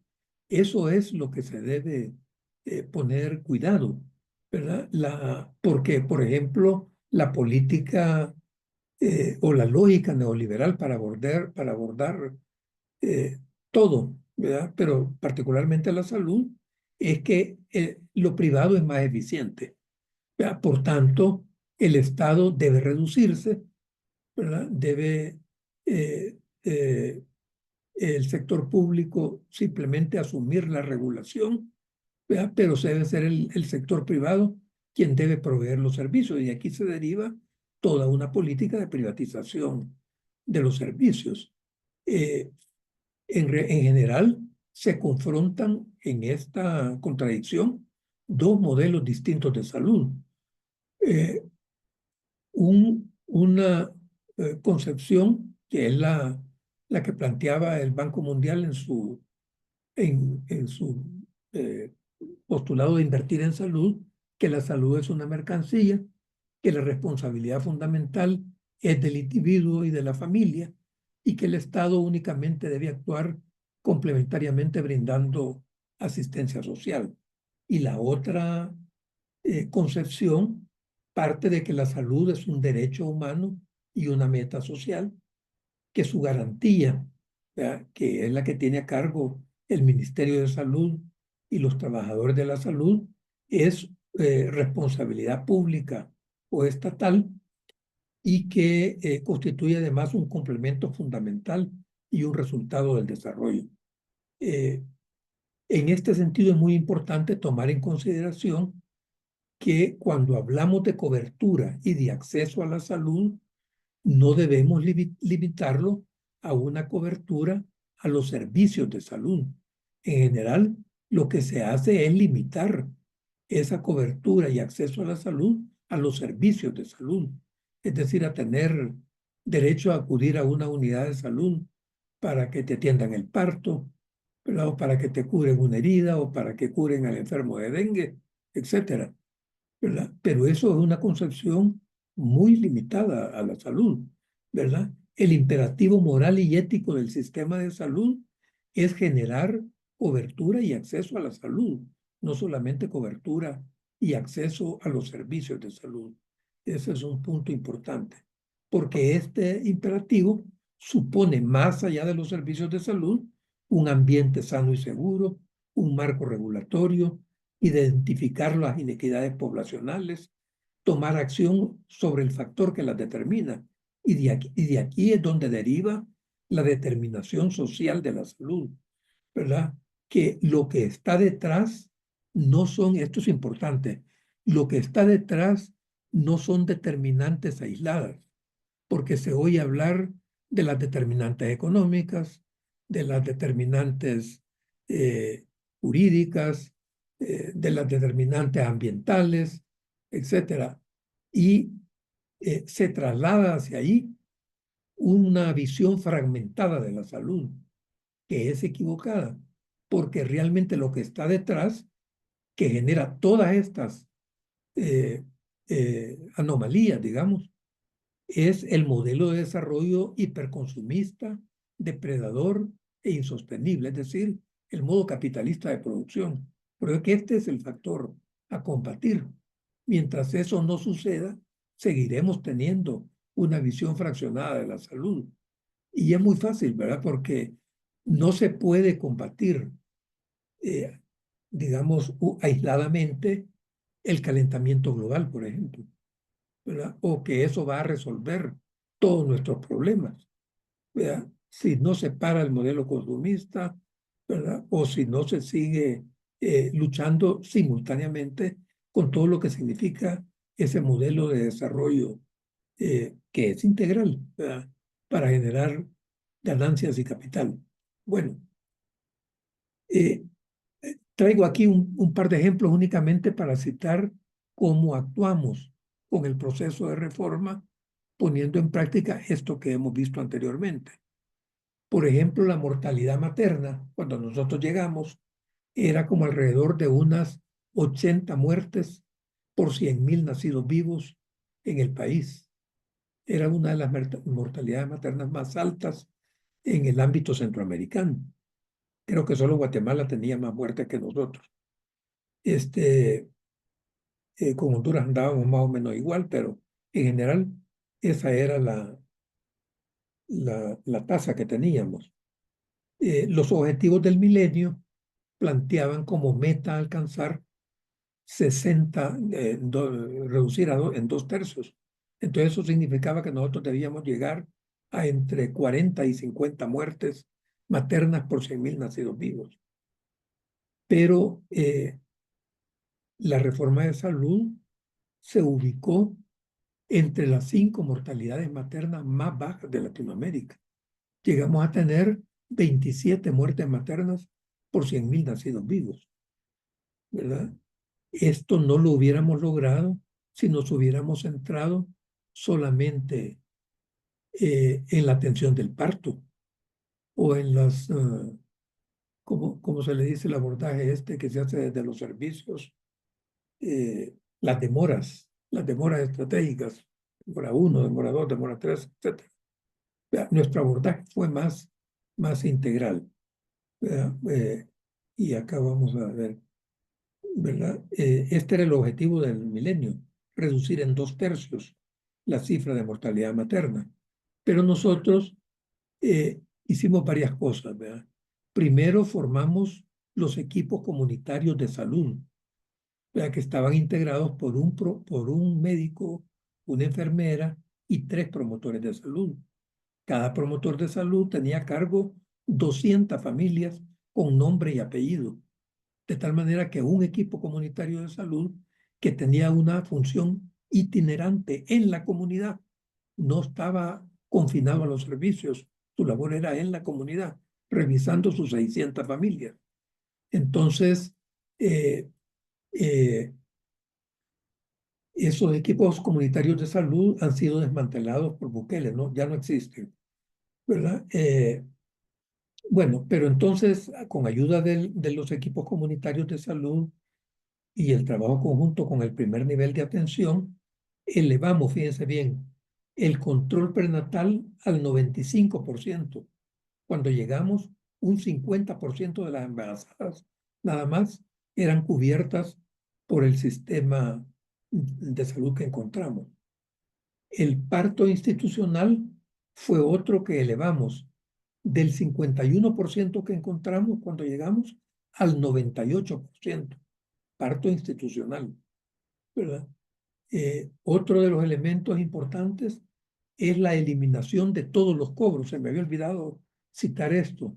La primera acción del proceso de reforma de salud, ¿verdad? 15 días después de que el presidente Mauricio Funes tomó posesión, su primera acción en salud, orientada desde luego por el gabinete, ¿verdad? Pero la primera acción en salud fue la eliminación de todos los cobros en el sistema público de salud. Se eliminaron todas las colecturías para que no hubiera ninguna justificación para cobrar. Se cobraba $1 por la consulta, $1 por los medicamentos, $1 por la hospitalización, $1 por los exámenes de laboratorio. Por todo se cobraba. No era lo que costaba, pero aún así, un poblador que vive con menos de $1 diario en extrema pobreza se autoexcluía de llegar, porque como no tenía el dólar, ya sabía que no le iban a dar atención. Eso se suprimió. Tuvimos un incremento en la demanda de hasta un 40% de la demanda de los servicios cuando se suprimieron los cobros en el sistema. Bueno, esto fue un paso importante que también contribuyó a la reducción de la mortalidad materna. Organizamos un hogar de espera materna, como la Casa del Parto de Estelí, en Nicaragua, ya habrán oído hablar de ella. Era un hogar donde las mujeres embarazadas tenían derecho a llegar al hogar de espera materna desde 15 días antes de su fecha probable de parto, tuvieran o no tuvieran tuvieran o no tuvieran dolores de parto. Porque hasta entonces llegaban solamente a un hospital, el hospital de maternidad, y cuando llegaban, si no había comenzado la dilatación, aunque tuviera dolores de parto, no la recibían. La mandaban de regreso a su casa y le decían, véngase de regreso cuando tenga los dolores cada 5 minutos. En general, las embarazadas parían en el camino o parían en su casa, ¿verdad? Con autoatendidas o que en todo caso con alguna partera o matrona cuando existía en la comunidad. Entonces los 21 hogares de espera materna estaban en las inmediaciones del hospital y estaba una ambulancia disponible siempre para cuando iniciaban los dolores de parto, la paciente era trasladada hacia el hospital. En el lugar de espera materna recibían educación para hacer la fuerza durante el parto, los cuidados del niño, la lactancia, el cordón, etcétera, etcétera. Bueno, también los equipos comunitarios de salud y el Foro Nacional de Salud hacían la búsqueda activa de las embarazadas. Se daban cuenta cuando alguna chica salía embarazada en su comunidad y la perseguían hasta que la lograban inscribir en el control prenatal, ¿verdad? Y oportunamente, pues, para que su parto fuera atendido institucionalmente. El parto era atendido por un obstetra calificado, ¿verdad? Y se hacían además auditorías al 100% de las mortalidades maternas. Embarazada que se nos moría era auditada completamente desde que salía de su comunidad hasta el momento en que había ocurrido la muerte. Y eso nos generaba muchas enseñanzas para ir, ¿cómo se llama?, mejorando a este punto. Entonces, eso es un ejemplo muy típico de cómo fuimos resolviendo todas otras cosas, ¿verdad? En general, por ejemplo, 1,5 millones de personas tuvieron, que eran la gente que teníamos en pobreza y pobreza extrema, fueron o tuvieron acceso inmediatamente a los servicios de salud con la supresión de las llamadas cuotas voluntarias, que ahí se llamaban, que realmente voluntarias no tenían nada, porque el que no pagaba el dólar no recibía la atención, ¿verdad? También 1,8 millones de personas adicionales fueron atendidas con el nuevo modelo de atención, ¿verdad? En el cual tuvimos mucha cooperación de parte de los compañeros cubanos, ¿verdad? Que nos ayudaron con el fenómeno el proceso de dispensarización de la población de acuerdo a los riesgos, ¿verdad? Para una mejor atención por los equipos comunitarios de salud.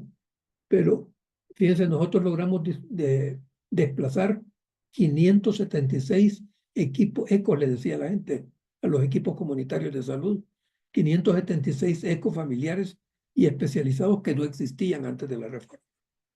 En todas las zonas siguiendo el mapa de pobreza de las Naciones Unidas, no de acuerdo a los municipios que gobernaba el Frente o discriminando a los municipios que eran gobernados por la derecha, no, seguimos estrictamente el mapa de pobreza que tenía las Naciones Unidas, y ahí se fueron desplazando progresivamente los equipos comunitarios de salud.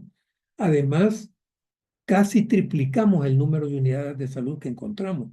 Encontramos 366 y entregamos aquí, cuando se hizo esta presentación, 749, pero fueron 800 establecimientos de salud, ¿verdad? Y reactivamos los 30 hospitales que estaban en completo abandono. Un elemento importante de la reforma también fue el proceso de regulación, ¿verdad? Digamos, acortar ese déficit histórico en el marco regulatorio con la elaboración participativa de las políticas públicas del sector. ¿Verdad? Se nombraba un comité de seguimiento a la política que casi siempre era en demanda a alguna solicitud de la academia o del Foro Nacional de Salud o de la población en general. Entonces se formaba un comité con todos esos actores y todo el que tenía algo que decir sobre la política era bienvenido en el comité. Se discutía y tardábamos aproximadamente unos 2 o 3 meses en diseñar una política porque era muy participativa. Se colgaba en la red y todos, incluyendo actores internacionales, nos aportaban al diseño de las políticas que se sometían a discusión con los actores que estaban convocados, ¿verdad? Y hasta que se lograba y se publicaba la política y se hacía ya un documento oficial nacional. Estas son algunas de las políticas que se dictaron, leyes incluidas, ¿verdad?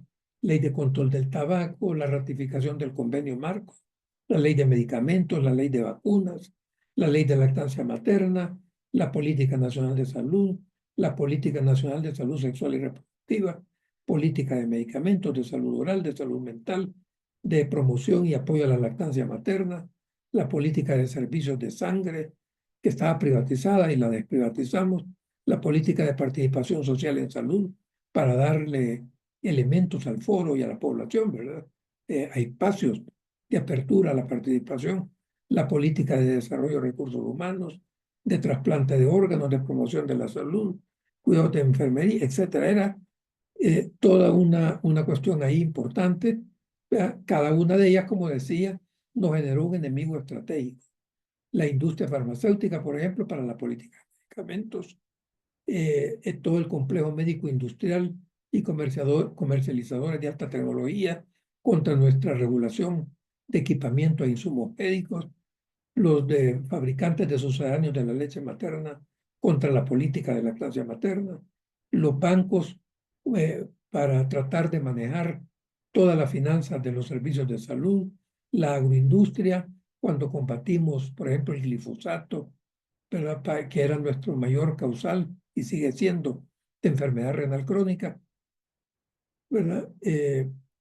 Importante fue, mencionaba como uno de los ejes estratégicos, el sistema único de información en salud.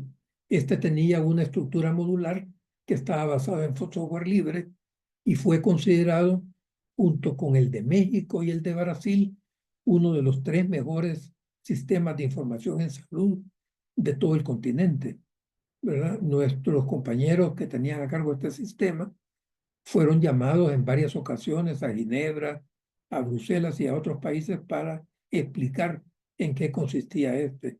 Y de muchos sistemas de salud del continente llegaron a conocer el sistema y les trasladamos módulos completos y todo lo que les era útil, ¿verdad? Se les trasladaba sin ningún costo, ¿verdad? Cuando llegamos, por ejemplo, el Ministerio de Salud, lo que era la División de Epidemiología, solo tenía a nivel nacional 311 unidades notificadoras, ¿verdad? Nosotros integramos ahí todos los establecimientos de salud del ministerio, que dan, como decía, más de 800, todos los establecimientos del Instituto Salvadoreño de Seguridad Social, que eran aproximadamente unos 150, e inclusive algunos establecimientos del sector privado, de tal manera que elevamos las unidades notificadoras con los cuales se construía la vigilancia epidemiológica y se elaboraba un boletín semanal que tenía cerca de 30.000 seguidores en todo el mundo,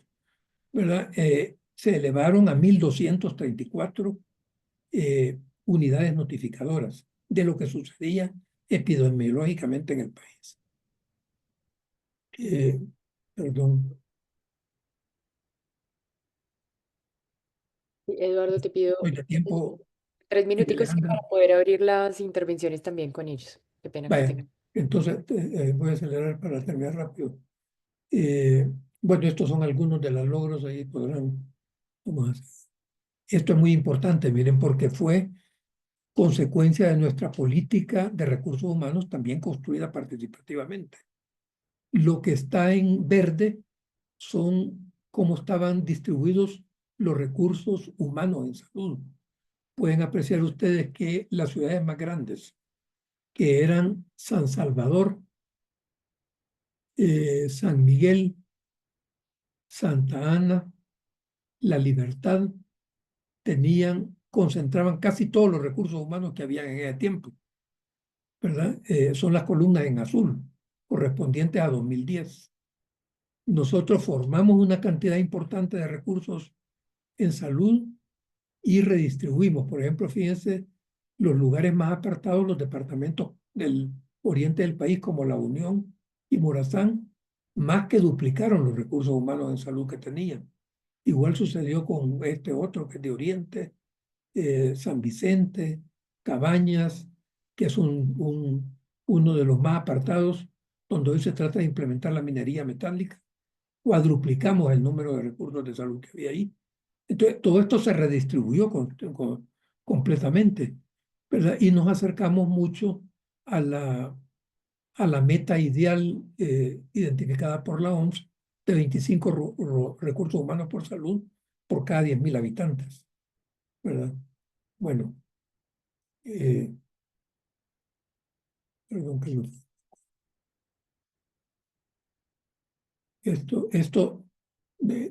digamos que hayamos centrado nuestro accionar en la promoción de la salud, en el primer nivel de atención, en la población en sus territorios, no quiere decir que no tuvimos cuidado sobre la atención a la salud. Todas las epidemias las controlamos, todas las arbovirosis, dengue, chikungunya, Zika, eliminamos la malaria, recibimos un premio de la Organización Mundial de la Salud por eso. El único país en Mesoamérica que lo ha logrado. En lactancia materna estábamos solo detrás de los compañeros cubanos. En la transmisión vertical de VIH igual. Teníamos el 100% de nuestros informes enfermos de VIH controlados y con tratamiento sin depender de la atención exterior, sino que con presupuesto nuestro. Y esto es una cuestión muy importante. Fíjense que en 2008 fue el último gobierno neoliberal. ¿verdad? Acá donde aparecen las intervenciones oftalmológicas. En todo ese año se hizo una operación de pterigión en todo el país. 150 operaciones de cataratas para un total de 151 operaciones oftalmológicas. Eso era un déficit importantísimo a nivel nacional. A partir de 2016 concertamos con los compañeros cubanos el apoyo para instalar un centro oftalmológico nacional, que lo instalamos en el interior del país porque teníamos encima la oposición de la Asociación de Oftalmólogos del país, que ganaban $1.000 por cada operación de pterigión y por cada operación de cataratas. Y nosotros las hacíamos gratuitamente. Entonces pusimos el centro oftalmológico en una zona rural, sacamos a colación, a licitación, todas las plazas. Por supuesto, ningún oftalmólogo que se enriquecía con esto acudió a las licitaciones.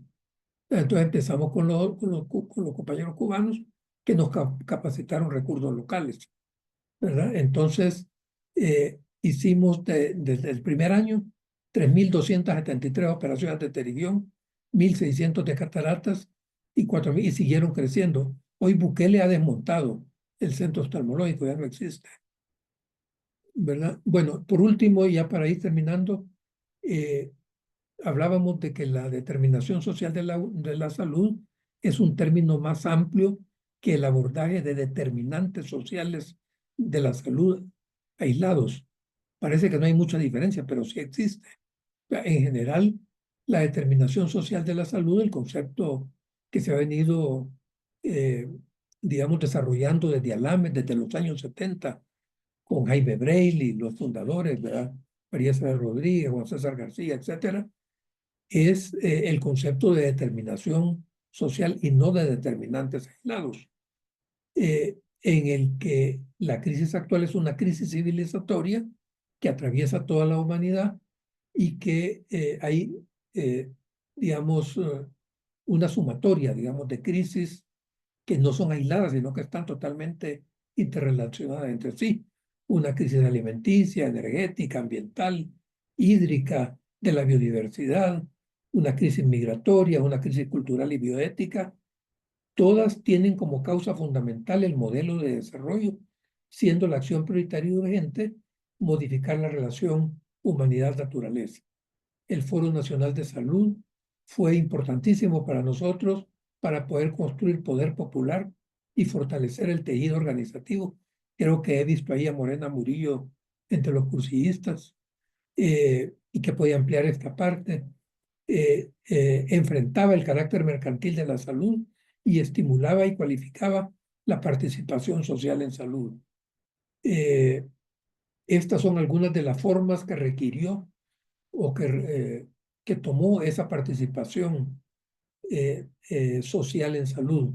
La participación en comités técnicos y consultivos para la formulación de políticas públicas, ya se lo describí, las mesas temáticas sectoriales funcionando a nivel nacional, los comités municipales que hacían contraloría social sobre nuestros servicios de salud, sobre los hospitales, sobre las unidades de salud, etc. Y el trabajo territorial que estaba fortalecido. Aquí, cuando se hizo esta presentación, se citaban 650, pero al final, en el 2019, ya eran 800 los comités de salud con los que contaba el foro. Y esto, Déjalo ahí, perdón, déjalo ahí, no hay más tiempo. hay más. Ah, bueno. No, ya, siempre. Esto es la curva del Gini en el país, ¿verdad? Cuando nosotros encontramos, como ustedes saben, Eduardo, sí, discúlpame, es que ya quedan 5 minutos y ajá, entonces, o sea, quedan 5 minutos para toda la sesión. Entonces, bueno, si bueno, quieres, cierra rápidamente y hay una palabra pedida. es la última, esta es la última. Dale. El coeficiente de Gini en 2008 o en 2009 cuando llegamos era de 0.48, ¿verdad? Aquí la supresión de las cuotas voluntarias, el desplazamiento de los ecos en el 2010 comenzó, la ley de medicamentos, son todos elementos que marcaron la disminución del gasto de bolsillo en salud de la población, ¿verdad? Y que contribuyeron a reducir la inequidad, ¿verdad? Hasta 0,38, hoy ha vuelto a subir y ya estamos creo que más arriba de lo que estaba inicialmente. Entonces, esto es lo último, esta cita. Saber no es suficiente, tenemos que aplicar. Querer no es suficiente, tenemos que actuar. Muchas gracias, perdonen lo extenso de la exposición. No, Eduardo, muchísimas gracias a ti también por presentar precisamente como en la práctica también en los aprendizajes, porque solamente se concibe como lo mencionábamos ahorita, como si las guerras, como si de las guerras no se pudiera salir, como si no hubiera alternativa, como si no hubiera posibilidad de construir paz y como si no se pudieran generar resistencias y luchas transformadoras, estructurales, anticapitalistas, antirracistas. Antipatriarcales, que además es lo que agudizan las guerras. Y creo que esta experiencia de lo que se ha hecho en El Salvador es parte también de los elementos que manifiestan una visión integradora de cómo se debe avanzar en esos procesos de construcción de paz. Entonces, el compañero Enrique Picado estaba pidiendo la palabra hace un momentito, entonces vamos a abrir muy rápidamente. Yo sé que quedan pocos minutos, pero dale, Enrique, y si hay Muchas otra gracias. de una. Sí, efectivamente, lo que plantea el doctor Espinosa lo que indica es de que los sistemas de salud, y particularmente El Salvador, pero en Centroamérica, tienen como un origen los conflictos armados. Y si no origen, coadyuvaron. Y ahí podemos hablar de Nicaragua, podemos hablar de Guatemala y ya no digamos El Salvador. Eso digamos como una conclusión a lo que el doctor plantea. E incluso tuve la oportunidad de estar en Parcila o Guarcila. Guarajila. Y pudiera ser entonces de que Guarcila sea una expresión concreta desde el conflicto armado a lo que fue el modelo de salud que ha planteado el doctor. Correcto.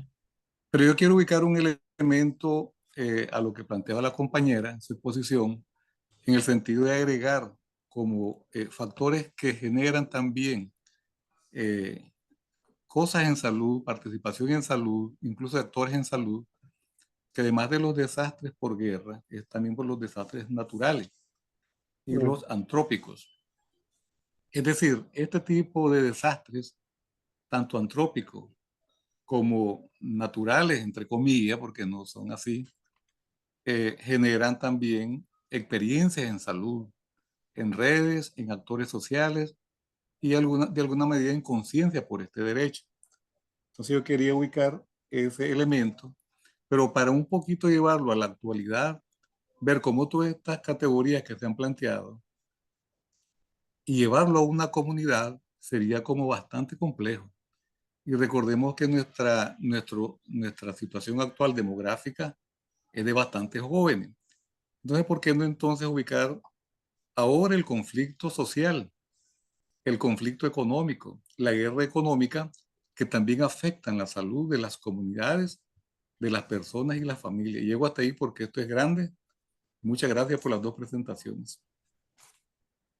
Gracias, Enrique. Cristina, adelante. Y si algo, entonces damos una palabrita chiquita de Eduardo por si tú quieres reaccionar también a esto. Cristina. Gracias, María Alejandra, y gracias a Eduardo, porque efectivamente han planteado elementos sustanciales que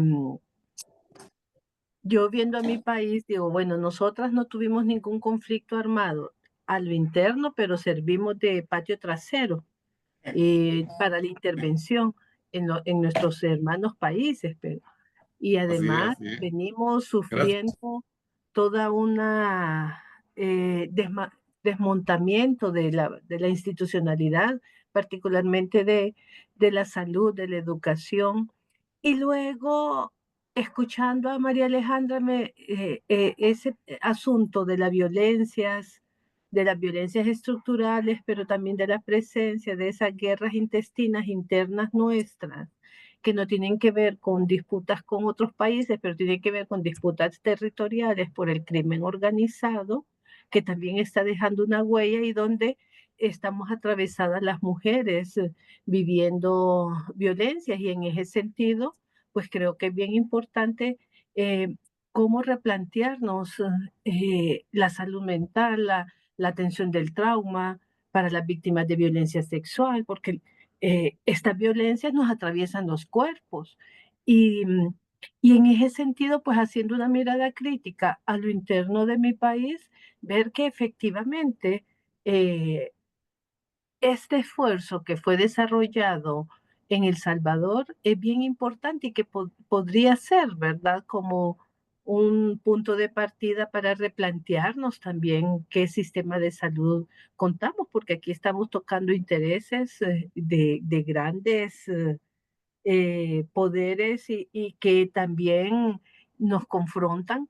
Sin embargo, ay, siento como que estamos, que no tenemos bases fuertes y que lo poco que hemos venido haciendo también desconocido, ¿no? Porque hay esfuerzos a nivel de trabajadores y trabajadoras de la salud por plantear una ley nacional de salud, de un sistema nacional de salud y que influenciado algunas veces por experiencias en Colombia que no son las mejores experiencias, sino que retomando de otras políticas, pero creo que es importante estos elementos que ustedes nos han compartido para también irnos repensando y replanteando de qué manera podemos, y desde estas determinaciones sociales, desde otra óptica, poder hacer planteamientos sustanciales al interno. Así que muchas ¿De, gracias. de dónde eres, Cristina? De Honduras. Claro. Muchísimas gracias, Cristina. Las traductoras me dicen que ya tienen que cerrar, entonces creo que pues eso también afectaría como la posibilidad de participación de otros compañeros y compañeras. Les propongo, no sé, Eduardo, si tú quieras como mencionar algo muy corto para que ya cerremos. Igual esto es un tema que queda en punta, queda hasta ahora como un paneo, como lo mencionaba Cristina, corresponde a todos y todas desde nuestras realidades, desde nuestras trayectorias, desde cómo nos han atravesado las violencias, las guerras y los conflictos, tanto internos como, como regionales, pues que de alguna u otra manera reflexionemos y esa era un poco la intención. Entonces, dale, Eduardo, Eh, em, y y cerramos. rápidamente, quizás fue un fallo, un error imperdonable no haber mencionado lo de Guarjila, porque Guarjila fue una población de repoblación, ¿verdad? La población nuestra durante los inicios del conflicto fueron bombardeados y perseguidos por el ejército. Entonces muchos se fueron precisamente hacia Honduras. Y esta población durante el conflicto repobló luego algunas zonas. Guarjila fue una de estas zonas. Y entonces Guarjila autogestionó su salud. No habían médicos, nosotros llegábamos esporádicamente, no podíamos permanecer allí porque éramos perseguidos, éramos objetivo militar del ejército. Nuestra estructura de salud, como servía la guerrilla, era objetivo militar. Entonces, Guarjila gestionó su salud y Guarjila, la experiencia de Guarjila, que sin profesionales de salud universitarios ni formados más que en su experiencia, tenían mejor estado nutricional que el promedio nacional. No tenían muertes infantiles por diarrea o por bronquitis. Entonces, esa experiencia de Guarjila fue la que gestó la figura de los equipos comunitarios de salud. El modelo que tenían de control comunitario de la salud de los pobladores fue el que nos sirvió a nosotros de ejemplo para desarrollar la figura de los equipos comunitarios de salud y también del Foro Nacional de Salud, ¿verdad? Por ahí está Moreno Murillo que puede ampliar eso o cuando tengan otra reunión o como sea. Y en todo caso, si quieren hablar, pues estamos a la orden y a la disposición aquí de los compañeros organizadores. Un saludo a Vivi Camacho. Sí, hola, Vivian. Listo, Eduardo, muchas gracias. Les compartiremos, como les dijimos, las presentaciones.